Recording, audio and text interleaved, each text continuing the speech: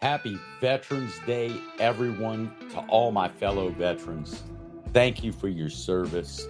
This is a special day and an honor for me to bring you today's Cocktails with Cav Veterans Day special. Ladies and gentlemen, we have a very special guest, my good friend, incredible Vietnam veteran and author, Jerry Glazer. And today is the launch of his fantastic novel, Vietnam Uncensored, 365 Days in a Nightmare. Today's show is going to be a very special occasion because the launch proceeds of the book will all go to the Kaufman Fund, an excellent veterans organization that's been around for over 30 years, helping veterans and aiding their families. So by all means, please buy the book. The link of the Amazon book sales page will be in the description. And I've got mine. Let's go help our fellow veterans and plus get an incredibly fantastic novel in the process. So ladies and gentlemen, let's get on with it. Our Veterans Day special. Please help me welcome to the stage U.S. Army Special Ops, Vietnam veteran, and incredible author, Jerry Glazer. Oh, Jerry, my friend, I am so happy to have you back on the Cocktails with Cav show. It's been a long time, my brother. How are you? I'm doing good. I'm hanging in. As a matter of fact, at the end of the week, I'm going down to the VA for my annual checkup so I can get my medication. There you go. Well, I tell you what, this is a special Veterans Day. I'm so excited. Your book is being launched today. And of course, we're talking about Vietnam Uncensored, 365 Days in a Nightmare. And ladies and gentlemen, this is a big day. Big day for Jerry, but big day for this book, but also just a big day for veterans. And Jerry, for the ladies and gentlemen in the audience that haven't gotten a chance to know you yet, man, please, by all means, tell us a little bit about your background and how you got involved in the conflict and what it all means for Veterans Day today as your book launches, your long-anticipated book launches. Right. Well, I should first start that, of course, the book launches on November 11th, Veterans Day, and I would appreciate that all people listening stand with me to make the launch a success, because all the net proceeds will be donated to the Kaufman Fund, a charity that helps veterans in need. So not only will they get a great read, a page turner, I'm going to tell you it's a page turner, I've been told, but they'll also be contributing to a worthy cause.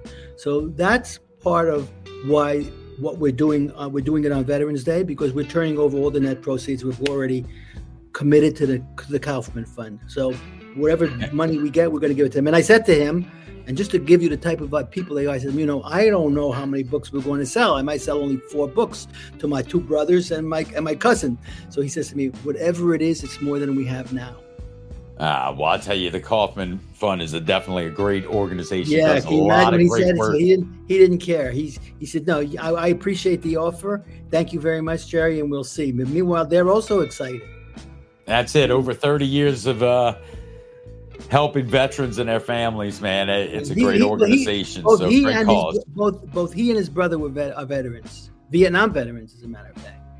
And I'll tell you, Jerry, that's one of the things that intrigued me, and for those who don't know, Jerry was an early guest on the Cocktails with Cav show, and just in anticipation of this great novel that's coming out, Vietnam Uncensored. Memoir. Memoir, yes, sir. But, as a veteran, a fellow veteran, I was intrigued by the work, and one of the reasons, of course, is, you know, the Vietnam era is quickly fading in the social consciousness, and of course, we have a lot of decades of war that have occurred since Vietnam, with young men and women today still out overseas and in places they probably have no business being.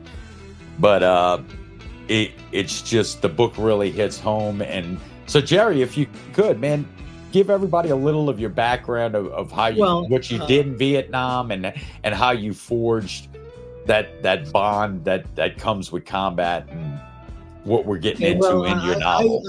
I was exempt from the draft because I was in university at the time. I graduated university, and I believed when the government was saying they're going to end the war any day. The war is coming to an end. The concept was, and I believed it, was that a country 2/3 the size of California, no army, Navy, or Air Force to speak of, right, could stand up against the military might of the largest nation in the world, the most powerful nation in the world. This was the mentality of our politicians. And that didn't start the war, but that fomented the war, that carried the war, because there wasn't one president that did not believe that we would win in another day. What they did not understand was that the Vietnamese had been fighting for their self-determination for 1,000 years. 1,000 years. They had built underground cities. They had built tunnel networks. They were used to jungle warfare. They were, at the time the Americans came, they were colonized by the French. The French ruled Indochina. Indochina was, after World War II, France lost the war to Germany, right? They lost the war. The Japanese came in, and the Japanese came in to take over Vietnam, to take over Indochina. Indochina later was taken over by the Americans, and it was split into, this is how big it was: Cambodia, Laos, and Vietnam. That's the three countries that it became. When the French pulled out, they came to the Americans. And so the concept was, in the American mind, communism. So that if Vietnam fell to the because Ho Chi Minh was a communist, and he had become a communist by fighting in China, the rebels in China, like with the Mao Zedong. He became a rebel there, and he came back to Vietnam after to help defeat the French. Now they defeated the French. No, they helped the Americans during World War II. They were spotters. They were logistical to help them through the jungle. They were American allies, and they expected when the war was over that they would be given back their country independence. They can have freedom. And Ho Chi Minh believed in the Declaration of Independence. He could quote the Declaration of Independence from heart. He believed that he was fighting for his liberty just the way the Americans fought for their liberty. But he did not understand that America would never turn over anything to a communist. Arbeit the fact that he was an ally, arbeit the fact that he helped save American lives, they didn't care. They gave you'd think Dien Bien Phu, with the French would have taught a few people a lesson, especially the operations they mounted. These guys were fighting. So the French took it over. Ho Chi Minh went to war with the French, and he defeated them. Dien Bien Phu. They wiped them out. So now the French left, and they left it wide open to the United States. Kennedy was president. Kennedy moved in with advisors, and then when Kennedy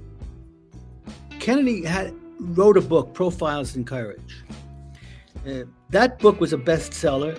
It profiled Americans who put everything on the line for liberty. Right? So Profiles in Courage. So they stood up against the status quo. Didn't matter. And you could start with Nathan Hale, who was an American spy for England. and against England, and they caught him and they hung him. And his words are, "I regret I have but one life to give for my country." He didn't mind dying, because he was dying for this cause. And that's profiles in courage. So Ho Chi Minh was this person. He wasn't an American, but he stood up. Look what he was standing up to, and he didn't care. And so he told, when the war escalated, Kennedy had second thoughts about Vietnam after he had exhausted. What are we doing? The guy earned the right. It doesn't matter that he's a communist. He's a human being. He earned the right to this. He fought for this country. He earns the right. And he was assassinated before he could act on that thought. Right. Johnson came in, and Johnson came in with McNamara. McNamara was a hawk, and he was the advisor. He was the serpent in the president's ear. And he escalated. That war escalated as soon as Johnson took over. As soon as Johnson took over, that war went from zero to this. So what Johnson did is they initiated the draft, but they didn't have enough. After they went in 65, 66, 60, 65. By 66, they were running out of men. Why? Because the tour of duty by Congress was 1 year. So after 1 year, people were leaving. The death rates were incredible. I mean, they were killing us left, right, and center. We weren't. America was not geared up to fight in a tropical war, in a tropical setting. Right. It's 110 degrees in the shade, and there's no shade, and it's jungle diseases and vermin and rains, monsoon rains. America didn't have no way to fight that war. The rifles were jamming. The boots were, the clothing was rotting away. It was insanity. And so they never anticipated any of that. So by 66, Westmoreland went to the administration and said, "Hey, you better send us more men, because we're going to lose this thing. We're losing." So they went ahead and they couldn't draft anybody anymore. They had drafted everyone that they could draft out of high school, right? They didn't go to college, didn't college education. And they didn't want to take the college guys that were in college. They didn't want to take students. There would be a riot. They figured that the nation would go crazy. So they went back to all the people that they rejected for mental defect, for stupidity, for low IQ, for infirmities. They had flat feet, or they had twitches, whatever. And they went back and they inducted 360,000 of these guys that they formerly rejected. Right. And guess where they all went? Absolutely, right. Well, and I tell you, Jerry, that's what fascinates me about, when we talk about your book and the way it's arranged. Mm-hmm. And I'd like for you to talk about that a second, just, before we get too deep into your service, just the way that your novels arranged, your memoirs arranged, because okay. I think your historical perspective's kind of crucial to it, Right. The book is my personal. When I first wrote the book, I wrote it historical perspective and my story in the same frame. So I would have a chapter, and I would be discussing my life, and I would be putting in what was happening. One editor that began reading through it said to me that you can't do that, because the book is not a history book. The book is it's a memoir. Tell about what happened to you. If you want to put the history in, put the history in the back. Put it like at the end of a chapter, so that it doesn't take away from your story. So the story is primary, and then comes the history. So I have a chapter of, let's say, when I first went into the Army. I have a chapter when I was in basic training. I have a chapter when I went to Vietnam. And in those chapters, behind every chapter, is a piece of history. A piece of history that was pertinent to that time of my service. So here I am in Vietnam, and we're going to X place. There's history going on in the United States or in Vietnam that pertains to that, in illuminating to the reader that here is the reason we were losing. Here is the reason we were dying. It wasn't the men on the ground. We never lost the battle. We lost the war, but we never lost the battle. We died in extraordinary numbers. We were injured more than almost as more per capita than any other war. More bombs were dropped on Vietnam during the Vietnam War than all of Europe and the World War II. You have a country 2/3 the size of the United States, 2/3 the size of California. More bombs dropped on that country than anywhere else in the world in World War II. And it is fascinating, and like you said, that juxtaposition. Can you imagine? Sure. So those nothing happens in a vacuum, right? When those 360,000 guys went, you know what they were called? This is true. McNamara's morons. Right, right. It was Project 100,000, McNamara's morons. Now, no one knew. The guy, boots on the ground, we didn't know any of this. The government never told anybody what they were doing. This all came out in the Pentagon Papers, right? I'm researching this book. When I'm writing this book, and now I'm researching history, because I didn't know the true history. I knew what happened to me.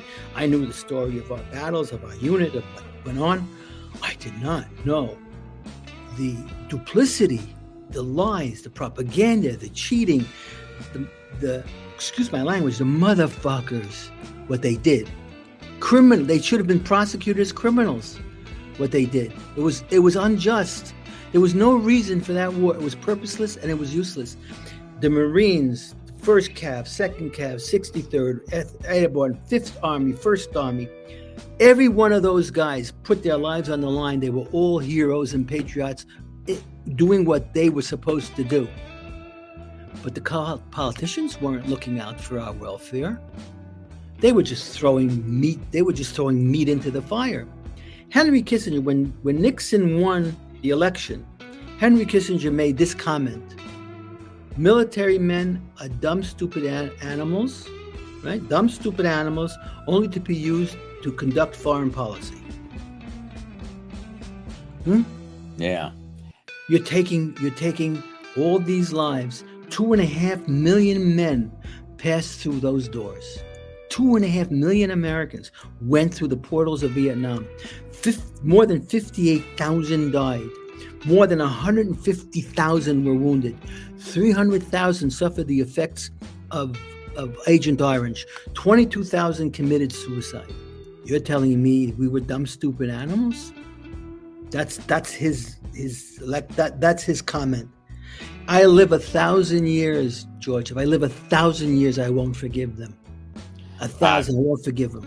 And that's understandable. And I'll tell you, one of the things, that fascinates me about your memoir, and is not only, like we mentioned, that juxtaposition between what was happening on the ground to you and your personal experience, and then the history, because nothing happens in that vacuum, right? And so things are going on, and young men and women are getting thrown to the wolves, and that's what I mentioned earlier. Is I feel, as the Vietnam era fades from the social consciousness here in America, it's very applicable to today as well, and that's why I was so excited to have your book being launched on Veterans Day. So. Because there's a group of young men and women now in America, and I talk to my children about this. They're literally they're in their 20s, and it's sort of similar to the Vietnam era. They know nothing but America at war in some foreign theater, undeclared, albeit, But nothing America did before or after had the impact that Vietnam, remember, ran for over 11 years. You have to think about that for a second. It had 2.5 million men participate. It changed the face of America forever. It brought out all the activists. When the veterans came back, you had blacks, American Indians, minority groups all came out. These veterans stood up. They didn't care anymore. They could care less about anything. This activism and this defiance, or I would say, if anything the Vietnam War did, it put the government for the first time in the life of America under total speculation. People no longer trusted the government. Right. Because they lied consistently to run that war. They committed stupid things that caused lives of American boys. You know, I mentioned this before, that there are a couple sites on the platforms that give credit to veterans who died with acts of valor, you know? Or they just mentioned that he died on this day. And you look at the pictures, and sometimes we go into Twitter or LinkedIn or Facebook, and you see some of these posts of these boys who were there. And my God, George, they were 19, 18, 19, 20, 21 years old. You remember when you were 21? Right. Beautiful American boys. You just look at them, they take off their shirts. They're skinny guys. This one won a Medal of Valor or a Congressional Medal of Honor. He's nothing. He's skin and bones. There's a picture of a kid. Look at this kid. Yeah, just kids, right? The kid, and this kid could, and as far as I'm concerned, everyone deserves a Medal of Valor. Just because someone was there at a point in time where he went out and saved somebody and he got the credit for it. There were plenty of guys that saved people and they all died for it, and they didn't get the recognition. They got a Purple Heart. I mean, there's one thing I can tell you. I saw acts of courage by certain individuals that do not seem possible. Do not seem humanly possible. Even in my own crew, I saw these guys do things that I pointed out in the book. It had to be magic. It made no sense what they could do. It made no sense that one guy had a sniper rifle and everything he aimed, he hit. There's no such thing he ever missed anything. I don't care what gun he was, what rifle or handgun he was using. The man had perfect aim. Perfect aim. He didn't.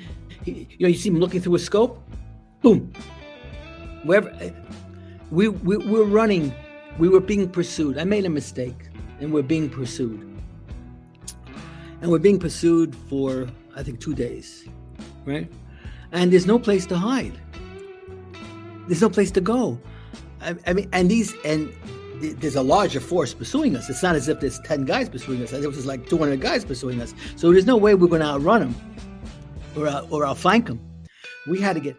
And my guy looks out. He says, look over there. It's like dawn. I look out. What? That. I said, what? Where? That there. I said, where? I take out the binoculars. Show me. I put on the binoculars. I'm looking. I don't see nothing. Nothing. He points my binoculars. See there? You see that sliver of gray? Yeah, I see that sliver. And I needed the binoculars to see it. I needed not that I, right? And he had he didn't wear glasses. He didn't have binoculars. He saw this. He saw this. We're running, and he saw this. I said to him, you know what that is? I said, yeah, that's a rock face. And where there's a rock face, there's high ground. And that's what saved us. Wow. But how did he see that? I'm thinking to this day, how did he see that?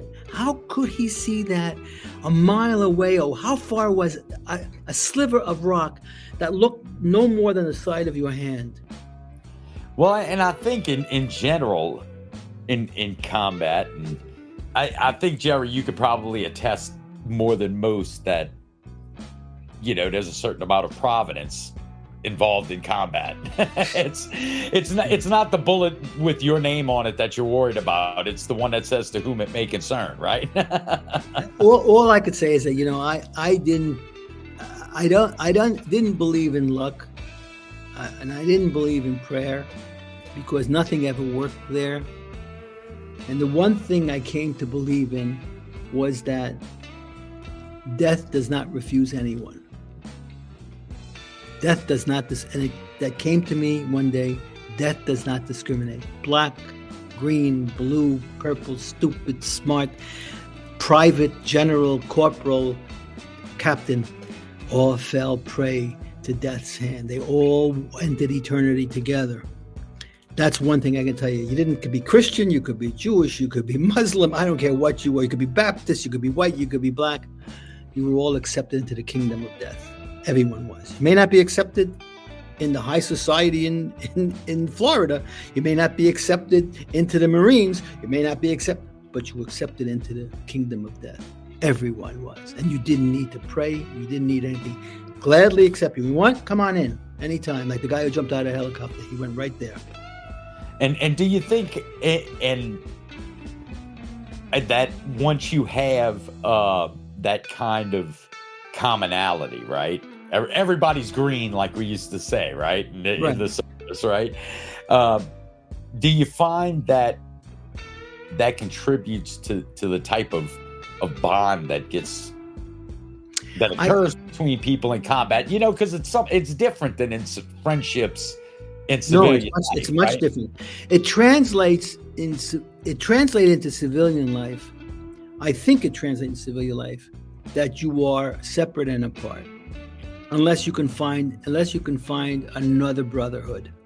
If you don't find another brotherhood, you can't be part of anything. That's what I find. I can't be part of any. I'm not I don't join stuff. I'm not a member of anything. I don't play sports. I don't play cards. I don't do any of that stuff. I'm not one of the guys. Unless I can find a brotherhood that would think similar to me, but nobody thinks similar to me unless my buddies are all gone. They understood. And they were no different. We were all loners. We're all loners, but together we were a group. And that's how that formed after Vietnam as well. We were all loners. We went our separate ways. But if one of my buddies was in jail, I flew halfway across the country to go to him and get him out. I mean, it didn't matter. I didn't have the money. I had to borrow the money to do it. But that's what you did. If when my buddy got sick and he was on his last legs, I left my family, left my business. I went straight to be at his side. Because I remember, that's the brotherhood. Now, I can't say I do that for many people outside of that. Now, I'm not saying there aren't people who do that. There are. I mean, you do that for your family. I mean, right. You have your wife, you have your kids. That's who your mother, your father, your siblings. That's who you do it for. But you don't do it for people that come from a different world. You don't have people that live halfway across the world. You don't get on a plane, leave everything, and spend $2,000 whatever you need to do to go there. No one is going to let you do it. But my wife, who does well on her own, would never argue with me if I went to see a brother. Where you going? He's sick. Oh, go ahead. If I want to buy a suit, you don't need another suit. It's too expensive.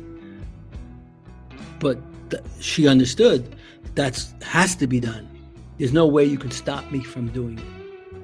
That's it. Well, Jerry, as we're here on Veterans Day with the release of your great memoir, if you could look,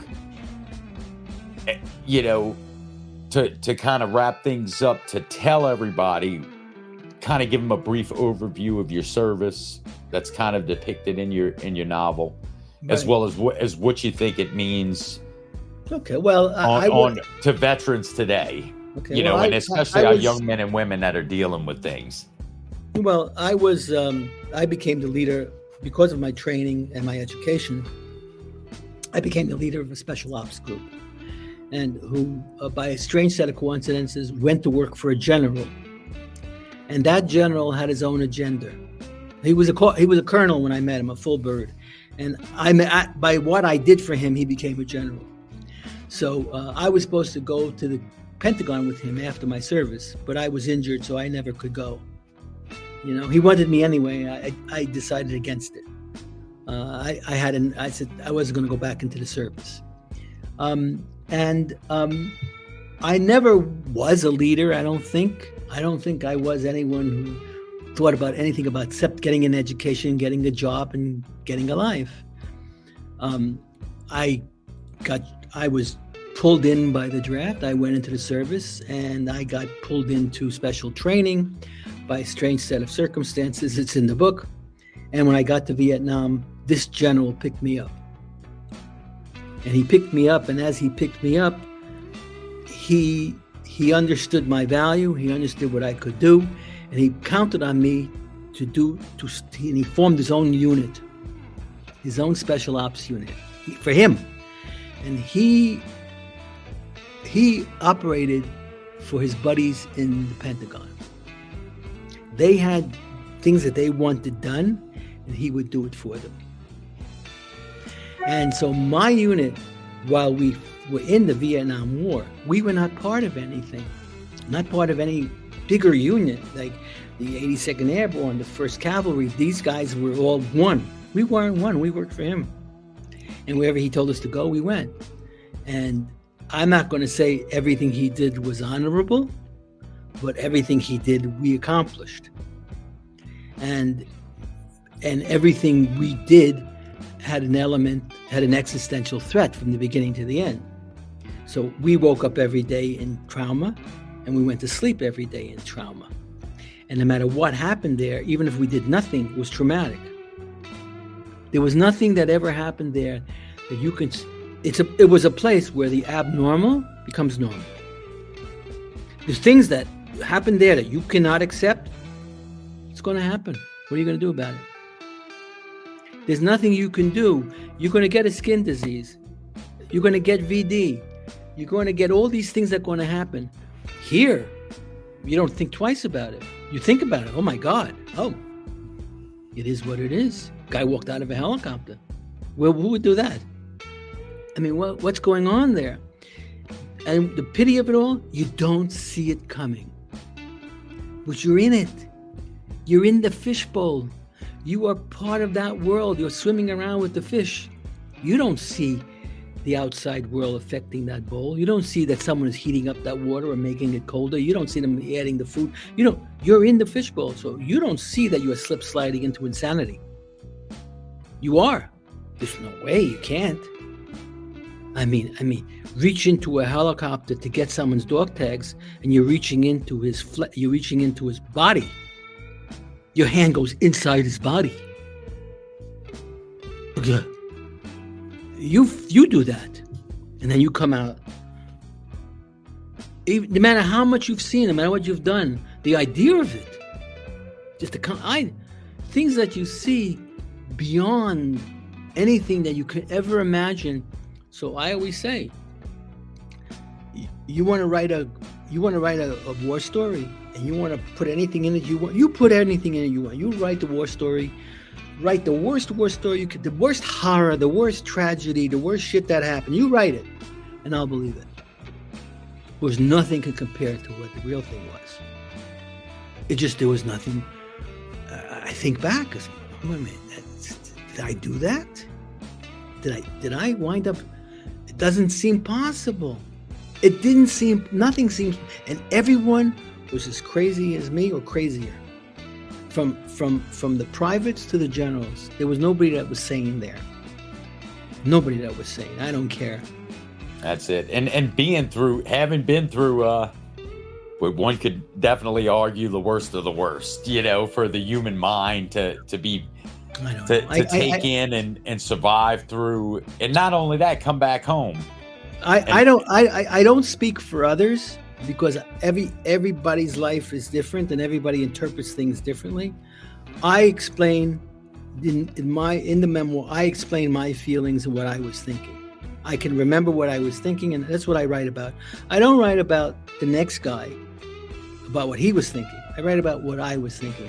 I bring in the activity and what we were doing, and I ask questions. How did you do that? I'll ask the question. And a guy performs a phenomenal act of heroism, and you say to him, "I don't understand. How did you do that?" "What do you mean? I just did it." The answer. What do you mean? I just did it? Where was the motivation? Why did he do it? Why did he risk everything for that? I don't get it. And you know what? And that was basically, when you talk about heroes don't think they're heroes. You see a guy, he gets a Congressional Medal of Honor. He doesn't. You shouldn't have given it to me. You should have given it to the rest of the guys who died there.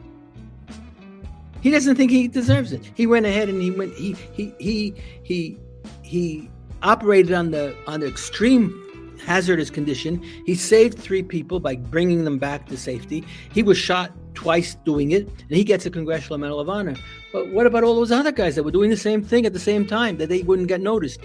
Or the other guys that got shot? Every one of those guys would have done the same thing. Right. Well, do you have any advice? Do you have any advice for the younger generation? Because of course our society now is, it's replete with a bunch of young men and women that have their own PTSD issues from places around the world the last couple of decades. I have my own problems, but I can only say that I believe that every act of kindness, no matter how small, right, is appreciated.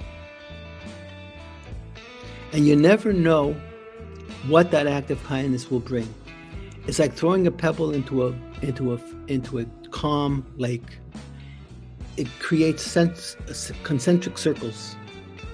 And the concentric circles that this little pebble, this stone creates, will go out till eternity, till the end of the lake. It doesn't stop. It diminishes, it goes. So you never know an act of kindness, what it will do. If I pass a guy on the street and he has his hand out, I give something. Well, he's going to buy a drink. I said, so let him buy a drink. It's not on me what he buys with the money. He wants a drink, let him buy a drink. Who am I to say he shouldn't have the drink? That's what's going to make him happy. Go ahead and do it. I don't care that he's drunk. Why I should judge him? Why am I judging him? In other words, we find that we live in a world where everyone is judgmental. Everyone is looking to somebody else. This one has more. And in the United States, there's always someone who has more. I don't care who you are. There's always, so you can never have it all. But the point is that if you show acts of kindness, acts of mercy, these are things that stay with you. This remains with you.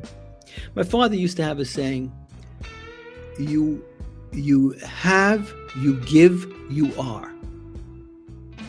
You don't have, you don't give, you are not. I don't know if you can understand that. Yeah, sure. So if you give, you're somebody.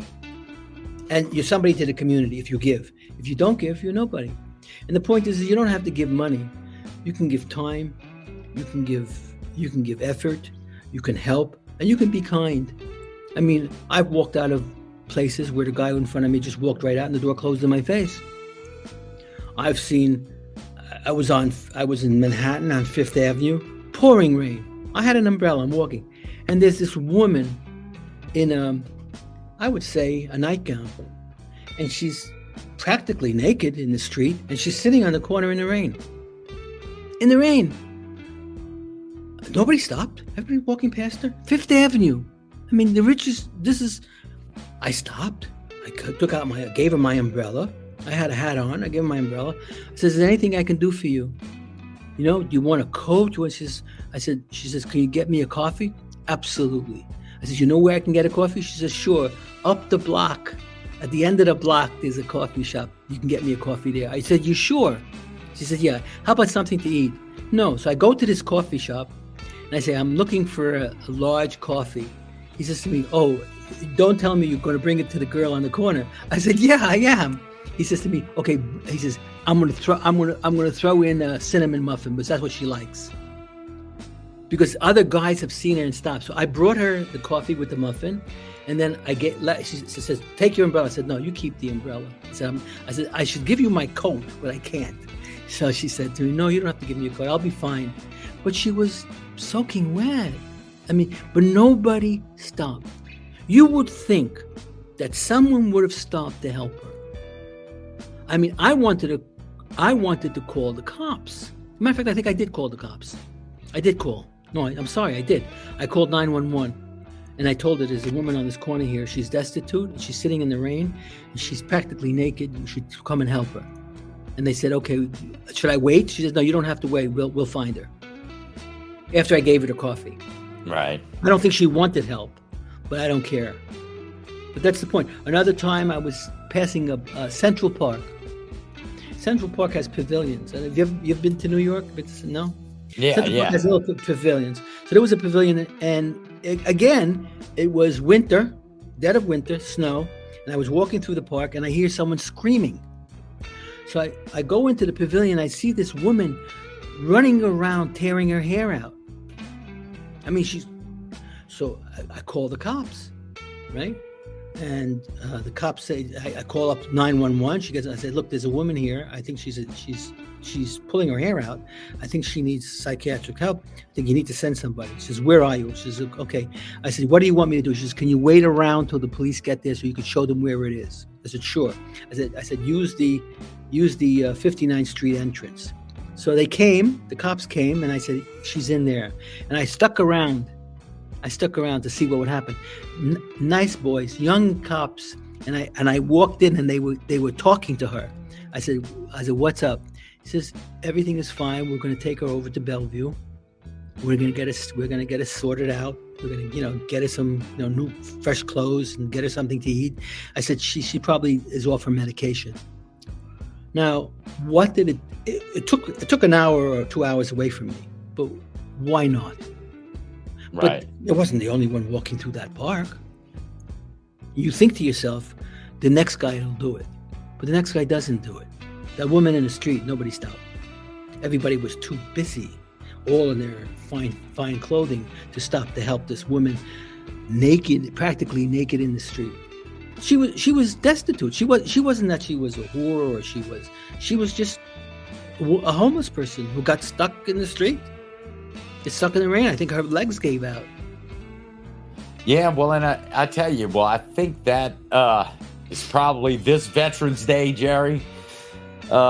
Be kind to your vet. Be kind to anybody that you pass by. You don't know who he is. My mother had. I'm gonna just one thing I want to add. My mother had a philosophy, which I think is old school, but I love it when I think about it. She would never pass a woman with her hand out without giving them not that my parents were wealthy people. They were not. They were working class people. But if she passed in, and when I wanted to go to a movie, she didn't have 25 cents to give me to go to a movie. But if she would pass a beggar in the street, she would give him a quarter. And I said to him, but Ma, I said, why did you give that woman once we were walking together, I must have been maybe 10 or 11, and we were coming from shopping. I was carrying the parcels for her, and she stops, and there's a woman begging in the street, and she gives her $1. Now, for my mother to give $1, you'd have to be Jesus. I mean, I said, Mom, why did you give that person $1? I don't understand. I asked you for a quarter to go to a movie, you don't have it. She says, listen to me. The Messiah will come. And he's going to come and he's going to test us. Let's say that was the Messiah. And they came to test us. And I passed by and I didn't give him $1. I denied all of humanity for the Savior. Yeah. It's a good test. No. What I'm saying is, yeah. So here is the test. Not that he comes and performs miracles. He comes as a beggar, holds out his hand. You pass him by. You don't put in a dime or a quarter or a sandwich or a drink. He'll leave and he may never come back. He may come back for another 1,000 years. So that my mother's philosophy was she never passed someone in the street holding out a hand, asking for money without giving them something. My mother was a religious woman, but she wasn't Christian. And these Christian Science, you know who they are? Christian Science? These right. Women that go door to door, right? Would come to my mother's house, and I came home from school one day, and they were sitting at the table. The New Testament was open, a big cross was on the table. My mother was serving them coffee and cake. So I said to my mother, I said, after they left, I said, Ma, what are you doing? What do you bring these people in the house for? I said, Pop will kill you. She says, these are nice people. They can believe what they believe. Why should I? Who is your stupid mother to tell them that their God is not the right God? What do I know? She says, I have my God. They have their God. What's wrong with them? It was the bad weather outside. I invited them in for coffee. So what? They were talking about. She called Jesus by a Hebrew name. She wouldn't use the word Jesus. But she, why am I to call him? Who am I to say that Jesus is not the Messiah? What do I know? What do I know? That was her philosophy. Well, now, that's a philosophy. See, that's a philosophy that should be. Everyone should teach that. I mean, she didn't teach it to me. She lived it, and because of it, I'm a better person for it.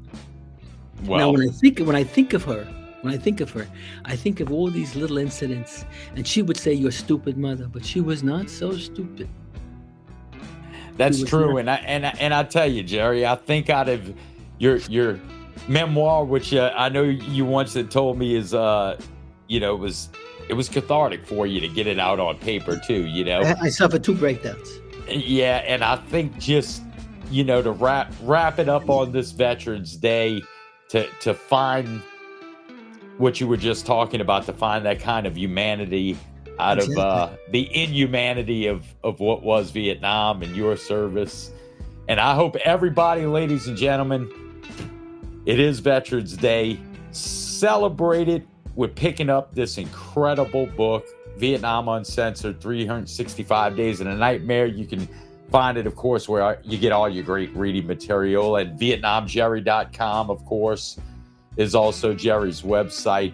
But also, ladies and gentlemen, remember, in honor of Veterans Day, every bit of the proceeds of the book will be going to the Kaufman Fund, a fine organization that for over 3 decades has been helping veterans and their families overcome trauma and poverty, and if they needed some help, the Kaufman Fund's just been a great, outstanding organization, highly recommended.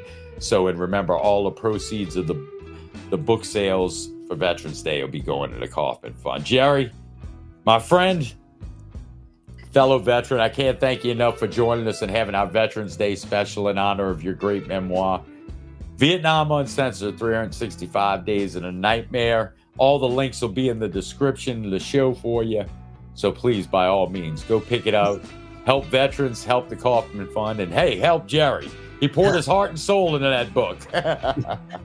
Thank you very much. I'm humbled by your praise. Thank you so much. Jerry, my friend, it is so good to see you again, and thank you for joining us, bud. Take care, buddy.